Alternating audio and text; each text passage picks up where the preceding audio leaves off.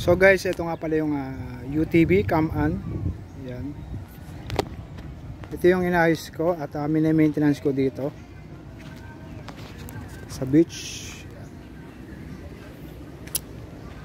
Bali galing tong US.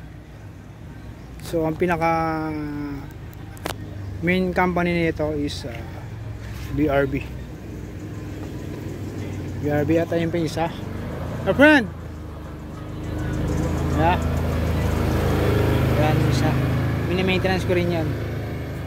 Tapos ito yung isa. Nagkaroon kasi ng check engine. Tapos chinek ko sa scanner.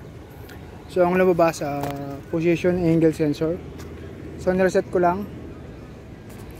Yan, BRB HD. Defender XT. Yan. So ito yung kanyang pinaka dashboard nya. Automatic to guys, 4-wheel drive. So yan siya,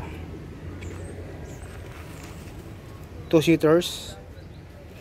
Tapos ito yung sa likod nya, yung mga pwedeng ilagay. Yan. Tapos yung gulong nya makapal, pang t-shirt, pang buhangin. Yan. Ipanghila pa siya. Tsaka yung suspension niya guys, maganda yung suspension niya, matibay.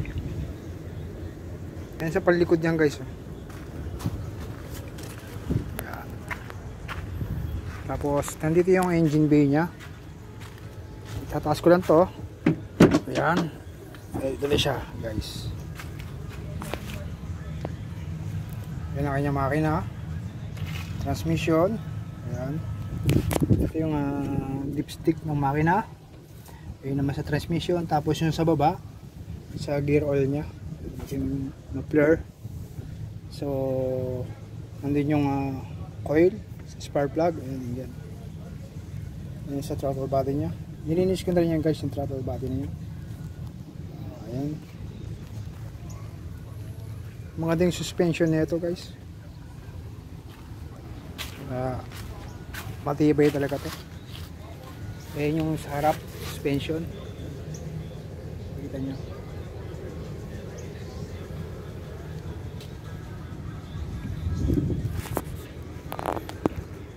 Tibay to guys. Talagang malakas umatak to. Lalo sa mga lubak-lubak. Ayan. Sa mga disyerto, sa mabuhangin, kakapit talaga ang gulo niya. Lalaki kasi ng spike eh. So yun lamang guys. Maraming salamat.